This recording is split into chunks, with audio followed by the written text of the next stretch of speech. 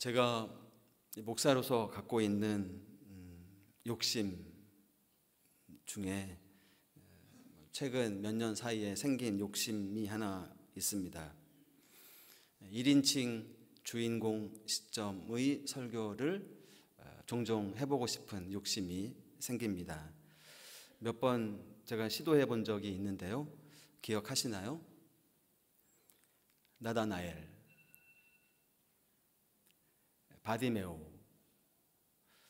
니고데모, 도마, 사마리아 성의 어떤 여인, 실로암 연못의 맹인,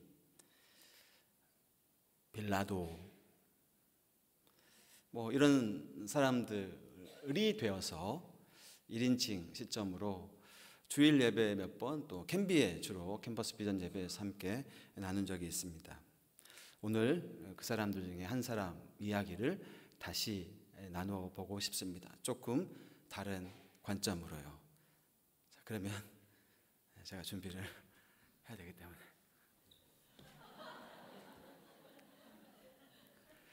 안녕하세요. 저의 이름은 빌라도입니다. 저는 나사렛 예수가 태어나기 얼마 전에 지금 이탈리아 중부 지역에서 태어났습니다.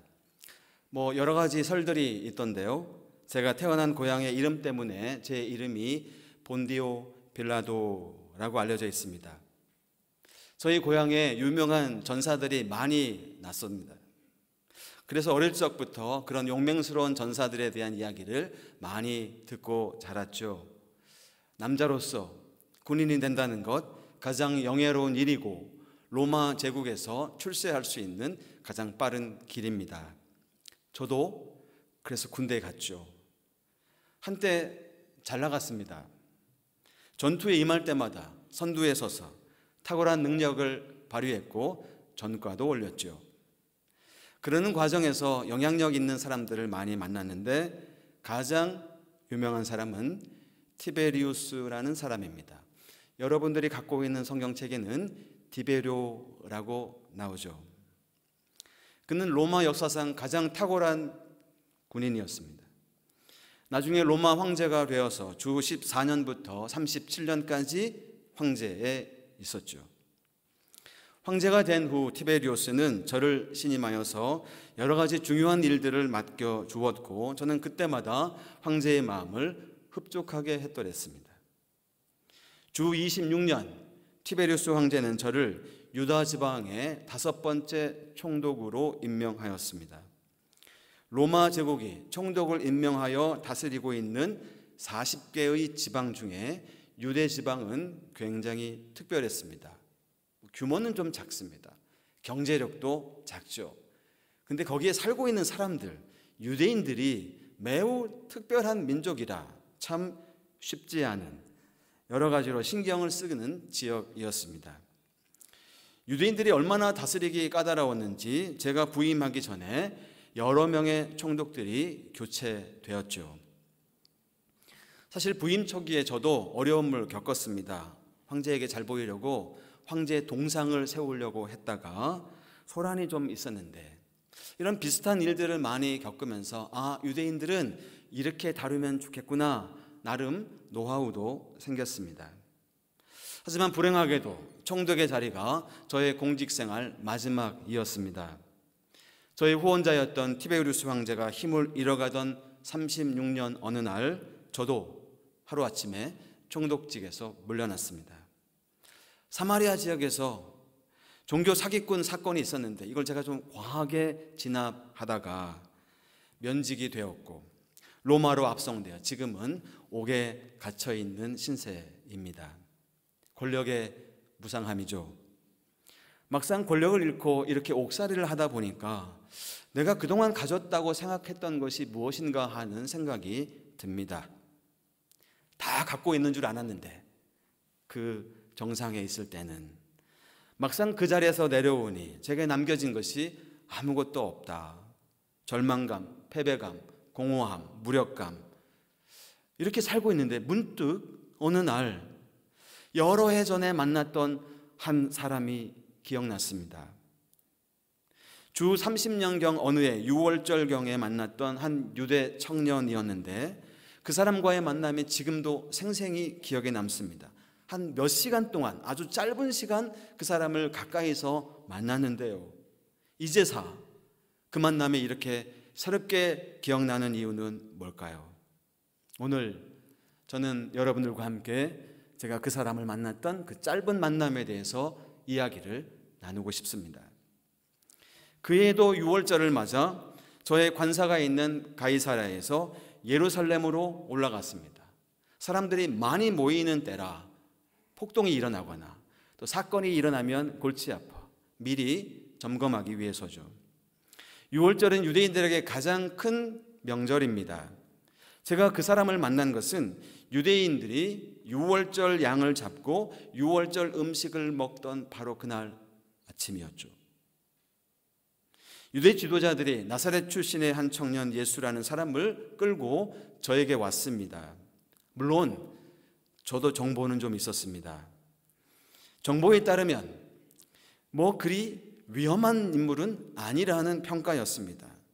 근데 바로 그 나사렛 예수를 유대인들이 끌고 제 앞에 온 것입니다. 아마도 유대 지도자들은 이 나사렛 청년 예수를 죽이기로, 처형하기로 마음먹은 것 같았습니다.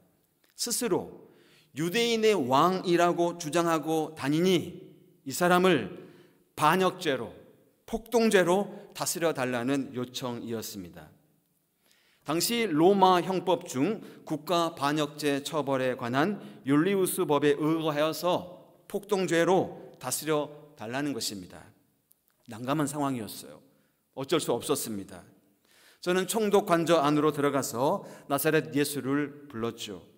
병사들이 그를 제 앞으로 끌려왔습니다. 제 앞에 세워지자 그는 천천히 고개를 들어 저를 바라보았는데요, 바로 그때 그 사람의 눈빛과 저의 눈빛이 부딪히는 순간 잠시 동안 뭐랄까요, 형언할 수 없는 어떤 특별한 느낌을 받았습니다. 말로 설명할 수 없는, 이해할 수 없는 느낌이었죠. 저는 그 사람에게 물었습니다. 당신이 유대인의 왕이요? 그러자 바닷속 깊은 바닷속처럼 미동도 없던 그 눈빛으로 그가 이렇게 대답했습니다. 당신 말이 옳소. 로마의 형사법에 따르면 자백은 유죄의 증거로 인정되었고, 자백한다면 증거조사, 변호인의 변론 이거 다 필요 없이 여기서 당장 형을 선고해도 증거재판주의 원칙에 전혀 어긋나지 않았습니다. 그러나 저 대답을 듣는 순간 뭔가 움찔한 느낌이 있었습니다. 저 짧은 한마디에 뭔가 묵직한 단호함이 저에게 느껴졌죠. 그래서 다시 물었습니다. 당신의 동족과 대제사장들이 당신을 나에게 넘겨주었소. 당신은 도대체 무슨 일을 한 것이오? 2번이나 대답을 않던 그가 이렇게 대답했습니다. 내 나라는 이 세상에 속한 것이 아니요, 나의 나라가 세상에 속한 것이라면 나의 부하들이 싸워서 나를 유대 사람들의 손에 넘어가지 않게 하였을 것이요, 그러나 사실 내 나라는 이 세상에 속한 것이 아니요. 여러분, 이게 무슨 뜻입니까? 여러분들은 이 말이 무슨 뜻인지 이해가 가십니까? 형색은 매우 초라한 사람인데 이 사람의 눈빛, 얼굴빛은 뭔가 그 초월적인 빛을 갖고 있었습니다. 그 사람은 저에게 마치 자기가 말하고 있는 그 나라에 들어오라고 저를 초청하고 있는 것 같았어요. 저도 그 정도 눈치는 있는 사람입니다. 그러나 제가 누구입니까, 여러분? 총독이에요. 유다의 총독. 장차 로마 황제의 자리를 꿈꾸고 있는 사람이었습니다. 그의 말을 못 알아듣는 척 반문했죠. 그렇다면 왕이란 말이요, 아니란 말이요? 그러자 그가 이렇게 대답했습니다. 당신이 말한 대로 나는 왕이요, 나는 진리를 증언하기 위해 태어났으며 진리를 증언하기 위해 세상에 왔소. 진리에 속한 사람은 누구나 내가 하는 말을 듣소. 이 사람은 지금 제 마음속에 일어나고 있는 아주 작은 변화를 간파하고 있는 것 같았어요. 저의 이 변화를 도전하고 있습니다. 다시 암묵적인 말로 저의 마음을 압박해 오고 있습니다. 아니, 당신도 진리에 속한 사람이 아니요, 그렇기 때문에 내 말을 알아듣지 않소. 그렇다면 지금 결단하시오. 거짓의 나라에 희망 따위 걸지 말고 진리의 나라에 어서 지금 들어오시오 라고 저를 도전하고 있는 것입니다. 저도 밀릴 수가 없었죠. 한마디 외치고 밖으로 도망치듯 뛰쳐나왔습니다. 도대체 진리가 무엇이요? 그 상황을 견딜 수 없어서 박차고 밖으로 나온 것입니다. 밖으로 나가 기다리고 있던 유대인들에게 걸어가면서 머리를 막 회전시켰어요. 어떻게 하면 이 곤란한 상황에서 빠져나갈 수 있을까? 묘안이 떠올랐습니다. 이 골치 아픈 나사렛 청년 예수를 처형하는 일도 꺼름직하니 피하고, 이 유다 군중들의 화난 마음도 무마시킬 묘책이요. 6월절이 되면 유대인들의 환심을 사기 위해서 그들이 원하는 유대인 죄수 한 명을 풀어주는 관례가 있었죠. 마치 여러분들의 나라에서 국경일에 대통령이 특별 사면을 실행하는 것과 마찬가지입니다. 그래, 올해 6월절 특사로 나사렛 예수, 이 사람을 풀어주자고 제안하자. 저의 이 계책이 이루어지기를 바라는 마음으로 총독관저 밖으로 나왔습니다. 그리고 말했죠. 6월절에는 내가 여러분들에게 죄수 한 사람을 놓아주는 관례가 있어. 그러니 유대 사람들의 왕을 놓아주는 것이 어떻겠소? 받을 거라고 생각했는데 제가 너무 순진했던 것 같습니다. 잠시 수근수근 하더니 대제사장들이 무리들을 충동하여 이렇게 난데없이 대답했습니다.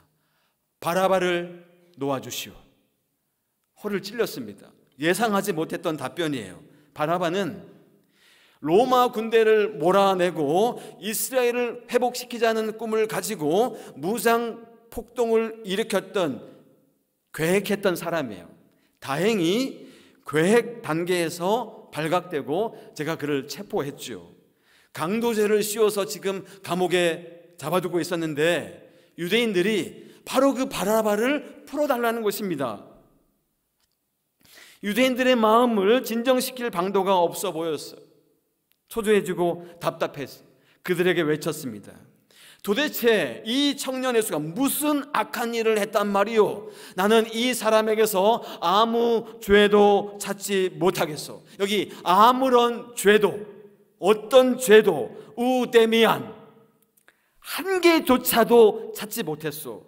단 하나의 죄목도 이 사람에게서 찾지 못했다라는 뜻이. 제가 억지를 부려서라도 이 일에서 손을 떼고 싶었습니다. 그러자 그들이 이렇게 대답했습니다. 우리에게는 율법이 있는데 그 율법에 따르면 그는 마땅히 죽어야 합니다. 그가 자기를 가리켜서 하나님의 아들이라고 하였기 때문입니다. 뭐라고요? 하나님의 아들이라 그랬다고요? 이 나사렛 예수가 자기 자신을 하나님의 아들이라고 말했다고요?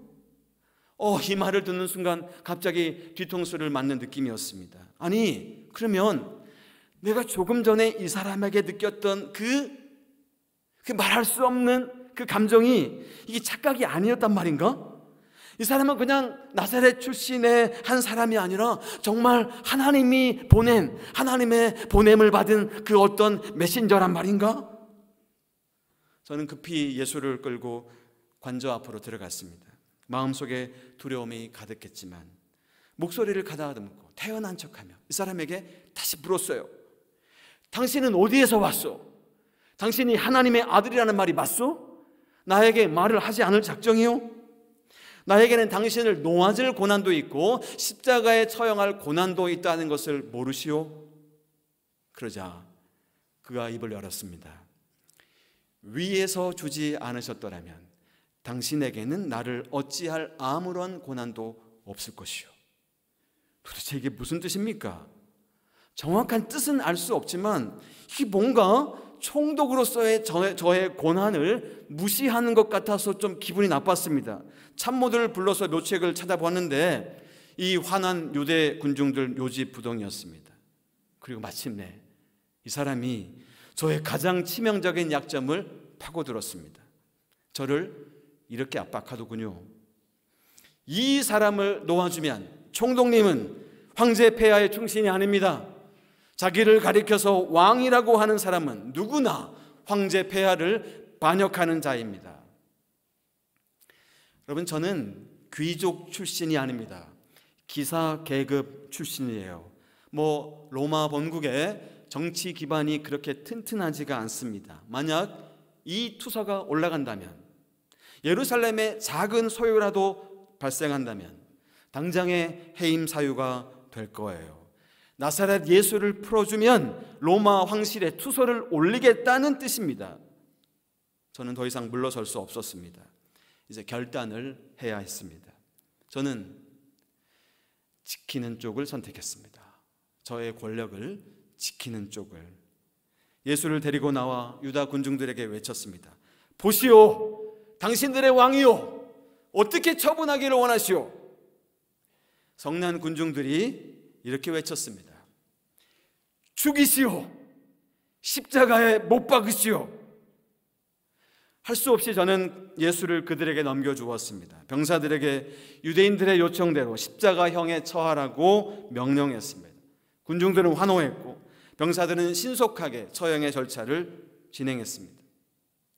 그런데 이 나사렛 예수는 묵묵히 서서 그 모든 모욕과 순환을, 고문을 다 견뎠습니다. 제가 다 지켜보았죠. 저의 병사들은 가시나무로 왕관을 만들어 그의 머리에 씌우고 자주색 옷을 피로 흥건한 그의 몸에 걸치고는 유대인의 왕 만세, 그를 조롱하며 소리쳤습니다.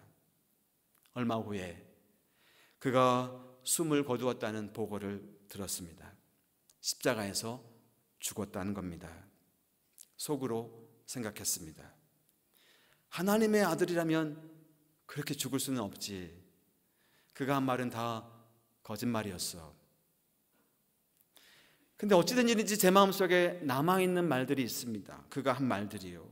내 나라는 이 세상에 속한 것이 아니라느니, 나는 진리를 위해 증언하러 왔다느니, 진리에 속한 사람은 내 음성을 알아듣는다느니, 위에서 주지 않았다면 나를 어떻게 할 고난이 없을 것이나니, 이런 말들이 계속 제 마음에 맴돌았습니다. 하지만 저는 그런 의문에 빠져 있을 만큼 한가하지 않았습니다. 다 잊고 제 업무에 몰두했죠. 시간은 흘러갔고 그 사람에게서 벗어나는 듯 했습니다. 또다시 권력을 지키기 위해 치열한 싸움을 계속했죠. 근데 오늘 이렇게 제가 권력의 자리에서 추락한 이후에 옥살이를 하면서 다시 생각을 해보게 됩니다. 그때 제가 내렸던 결론 말이에요. 십자가에 달려 무력하게 죽었으니 그 사람 나사렛 예수는 하나님의 아들일 수가 없다. 이 결론, 그때는 너무나 당연하게 느껴졌던 그 결론이 지금 생각해 보니까 이게 당연한 것이 아닐 수 있겠다는 생각입니다.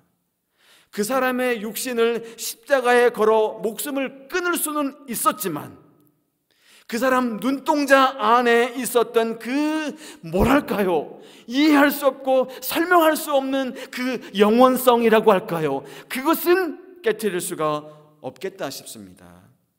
그 사람이 이 세상에 속하지 않는 존재라면 제가 그 사람의 목숨을 골백 번 끊는다 해도 그 사람의 본질은 해칠 수 없겠다는 생각 말입니다. 그때는 몰랐죠. 저는 목숨만 있는 줄 알았습니다. 우리 사람에게는 생명에 대해서는 몰랐습니다. 목숨이 끊어져도 지속되는 생명, 영원한 생명, 이 영적인 생명에 대해서는 전혀 몰랐습니다. 이 세상에 속한 것, 눈에 보이는 게 전부라고 알았어요. 이 세상 말고 다른 세상이 있다라는 생각은 꿈에도 해본 적이 없습니다.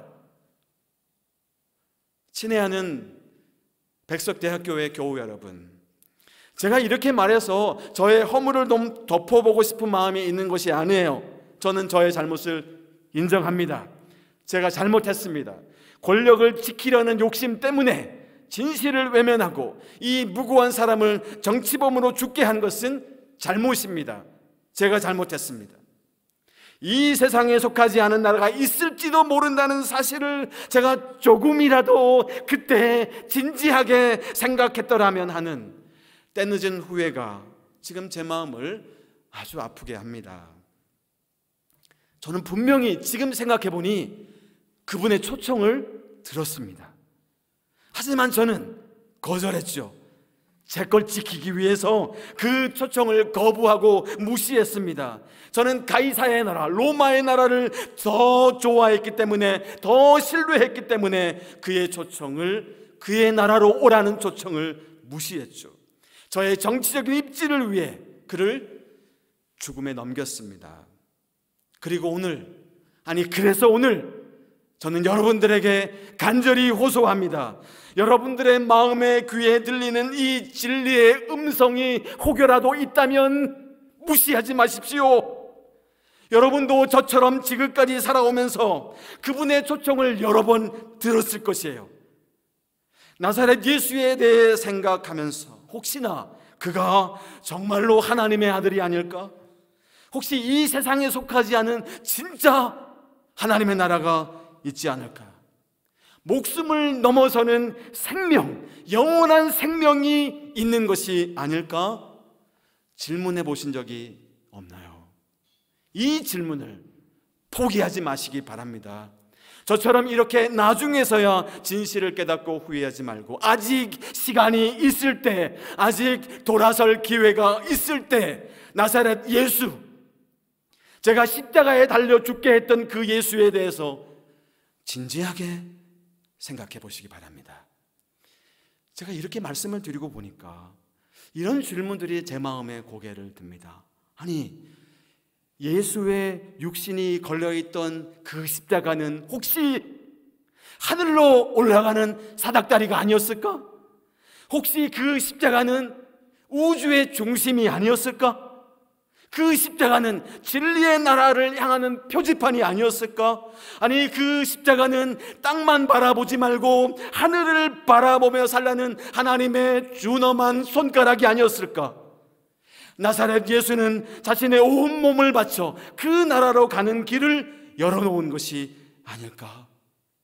그가 걸어가는 십자가의 길은 죽음의 길이었지만, 그러나 그 죽음을 통과하여 진짜 생명의 길, 영적인 생명의 길로 나아간 것은 아닐까? 그리고 그 참된 생명의 길로 우리들을 초청하고 있는 것은 아닐까? 그렇다면 그 길이 저와 여러분 앞에 열려 있는 것입니다. 저처럼 너무 늦기 전에 그 길로 가시기를 바랍니다. 보혈을 지나 이 영원한 나라로 한 걸음씩 나아가시기를 바랍니다. 십자가 가운데 활짝 열린 그 길을 걸어서 진리의 나라로 성큼 들어가시기를 바랍니다. 저에게 기회가 다시 온다면 제 모든 것을 대가로 치르더라도 꼭 그렇게 할 것입니다. 자, 이제 눈을 감고 가슴에 손을 대고 제 이야기를 한번 생각해 보시기를 바랍니다. 아마도 여러분들도 여러 경로를 통해서 이 진리의 나라로 들어오라는 초청을 들으셨을 거예요. 이미 그 초청에 응답하고 그 나라에 살고 계신 분들이 많으실 겁니다. 정말 잘하셨습니다. 얼마나 좋은 일이에요. 여러분이 너무나 부럽습니다. 더 영성 생활에 진보하셔서 하나님의 영원한 나라를 더 풍성히 맛보시는 여러분들이 되시기를 바랍니다. 혹시 지금 저처럼 아직 그 초청에 응하지 않고 외면하며 거부하는 분들이 계십니까? 무엇입니까? 도대체 그 무엇이 나사렛 예수 그리스도의 십자가 앞에 무릎 꿇지 못하게 하는 것이 무엇인 것입니까? 제가 지금 와서 생각해 보니까 그 나라에 들어가기 위해서라면, 그 생명의 나라로 들어가기 위해서라면 로마 황제의 자리도 버릴 수 있겠습니다. 로마의 체면, 총독의 체면 따위가 뭐 그리 중요하단 말입니까? 여러분 마음속에 들리는 이 초청에 응답하시기를 바랍니다. 그리고 기도하시기를 바랍니다. 나사렛 예수님, 저를 받아주세요. 당신의 나라로 저를 이끌어주세요.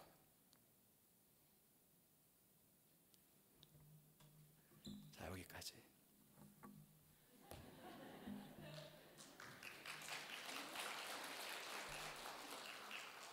이집트의 곱트 교회와 이디오피아 교회는 그들이 갖고 있는 교회의 전승에 따르면 빌라도와 그의 아내가 클라우디오 프로큘라는 예수님 죽으신 후에 신앙을 갖게 되었고, 티베리우스 황제에게 복음을 전하려다가 순교했다고 합니다. 그래서 해마다 이집트 곱트 교회와 에티오피아 교회는 6월 25일을 부부를 기억하는 날로 지낸다고 합니다. 자, 빌라도의 이야기를 들으면서 이 사순절에 우리들 각자에게 들려오는 하나님의 음성 들으시고 그 음성 앞에 순종하는 저와 여러분들이 되기를 축원합니다. 기도하겠습니다. 하나님 아버지, 하나님께서 우리 각자에게 여러 가지 방식으로 우리의 마음의 눈에 노크하고 계심을, 하나님 그 음성을 듣고 진리의 나라, 생명의 나라, 하나님의 나라 더 풍성히 경험하는 이 사순절 되게 하여 주옵소서. 우리 각자에게 그렇게 찾아오시는 주님을 믿으며 예수님의 이름으로 기도하옵나이다. 아멘. 그렇게 우리와 함께 하실 주님을 기억하면서 함께 찬양하기를 원하는데요. 주 달리신 십자가를 내가 볼 때 주님의 잡이 내 마음을 겸손하게 해 주님께 감사하며 내 생명을 주님께 드리네. 우리 고백이 되기를 바라면서 우리 다 같이 일어나셔서 이 찬양 함께 노래하겠습니다. 예수님 그의 희생 기억할 때 자기 몸 버려 죽으신 주 나 항상 생명 주신 그대 마음에 새겨 봅니다. 마음에 새겨 봅니다. 주 달리신 십자가를 내가 볼 때 주님의 잡이 내 마음을 겸손케 해 주께 감사하며 내 생명 주께 드리네.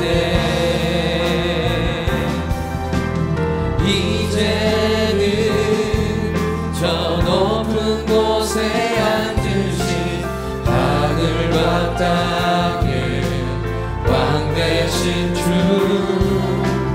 나 이제 놀라운 구원의 은혜 높여 찬양하리라.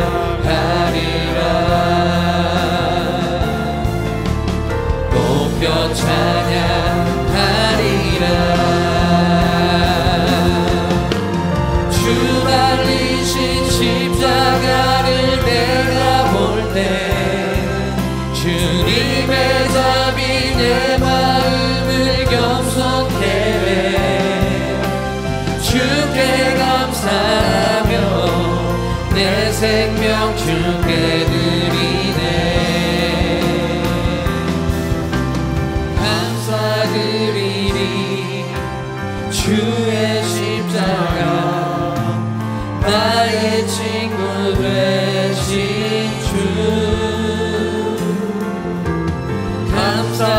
감사드리니 주의 십자가 나의 친구 되신 주 감사드리니 주의 십자가 나의 친구 되신 주 감사드리니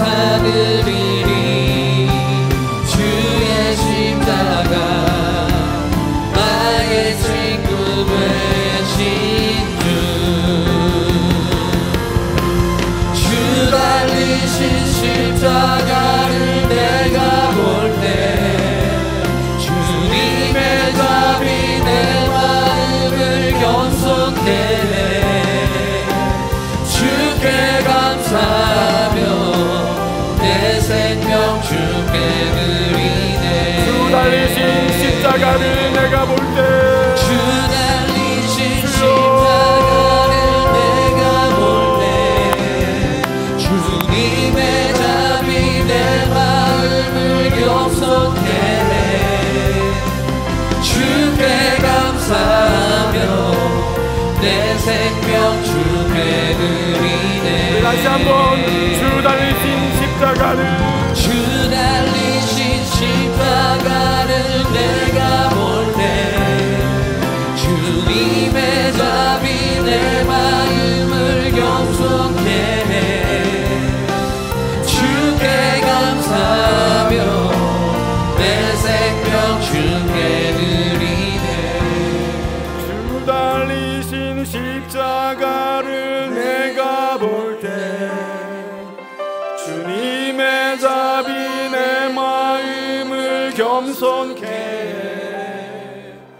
주께 감사하며 내 생명 주께 드리네. 함께 기도합시다. 주님, 우리의 눈을 열어주소서.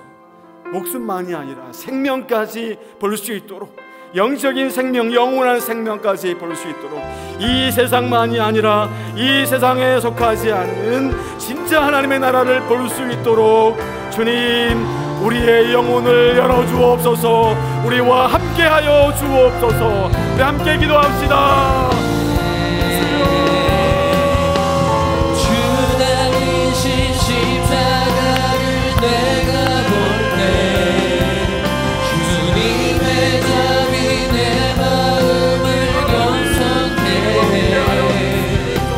주께 감사하며 내 생명 주께 드리네. 주 달리신 십자가를 내가 볼 때 주님의 답이 내 마음을 겸손케 해. 주께 감사하며 내 생명 주께 드리네.